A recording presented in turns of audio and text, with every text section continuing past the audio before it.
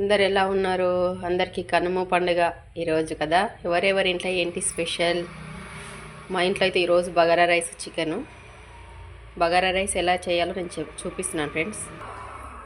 ఉల్లిగడ్డ, పచ్చిమిర్చి, కొన్ని మసాలాలు అనమాట. ఈ సాజీరా, చెక్క, లవంగాలు, మిరియాలు, కొన్ని అనాసం పువ్వు, మరాఠీ మొగ్గ, కొద్దిగా నూనె, కొద్దిగా నెయ్యి వేసాను ఫ్రెండ్స్. అందుకోసం తక్కువ వేసా, నెయ్యి కొంచెం ఎక్కువ అవుతుంది కదా అని.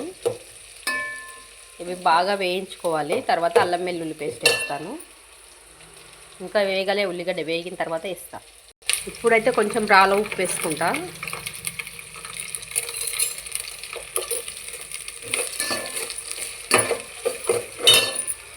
ఇప్పుడైతే ఆనియన్ వేగిపోయింది ఫ్రెండ్స్. ఉల్లిగడ్డ అయితే వేగిపోయింది. ఇప్పుడు అల్లం వెల్లిపాయ,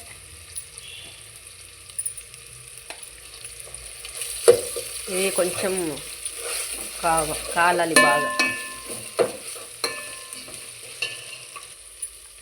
ఇలా మొత్తం వేగిపోవాలి. ఇంకా కొంచెం ఫ్రై కావాలి. ఇది ఇంకా కొంచెం ఫ్రై అయితే చూడండి ఫ్రెండ్స్. ఇప్పుడైతే వేగిపోయినాయి. మంచి వాసన వస్తుంది అనమాట ఇల్లంతా. ఇప్పుడైతే కొంచెం ధనియాల పొడి, కొద్దిగా ధనియాల పొడి అన్నమాట. ఇప్పుడు వేస్తే కొంచెం బగారా రైస్ కలర్ వస్తుంది. నేనైతే 3 గ్లాసుల బియ్యం తీసుకుంటున్నాను. ఇప్పుడైతే ఇది వేగిపోయింది. 3 గ్లాసుల బియ్యానికి 4 సగం నీళ్ళు.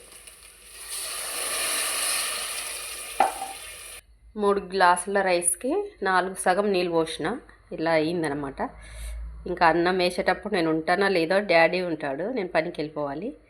ఓకేనా ఫ్రెండ్స్, ప్లీజ్ మీరైతే మా ఛానల్ సబ్స్క్రైబ్ చేసి సపోర్ట్ చేయండి. నిన్నైతే పాలు పొంగకుండా నేనైతే జాగ్రత్త పడినా, పొంగిపోతే ఎక్కడ కడగాల్సి వస్తుందని. ఈరోజు మాత్రం పొంగిపోయిన ఇక్కడ చూసుకుంటునే వరకు అక్కడ. కరివేపాకు అప్పుడు వేస్తే మొత్తం కలిసిపోతుంది, అంతా మాడిపోతుందని అప్పుడు వేయలేదండి. ఇప్పుడు వేస్తున్నాను. ఇప్పుడు వేస్తే కొంచెం బాగుంటుంది.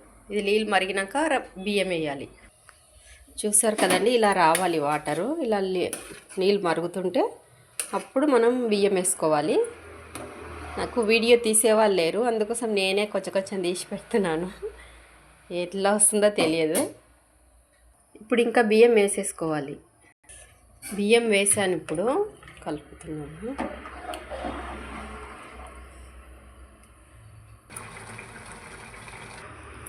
అయిపోయింది ఫ్రెండ్స్, బగారా రైస్ అయితే అయిపోయింది.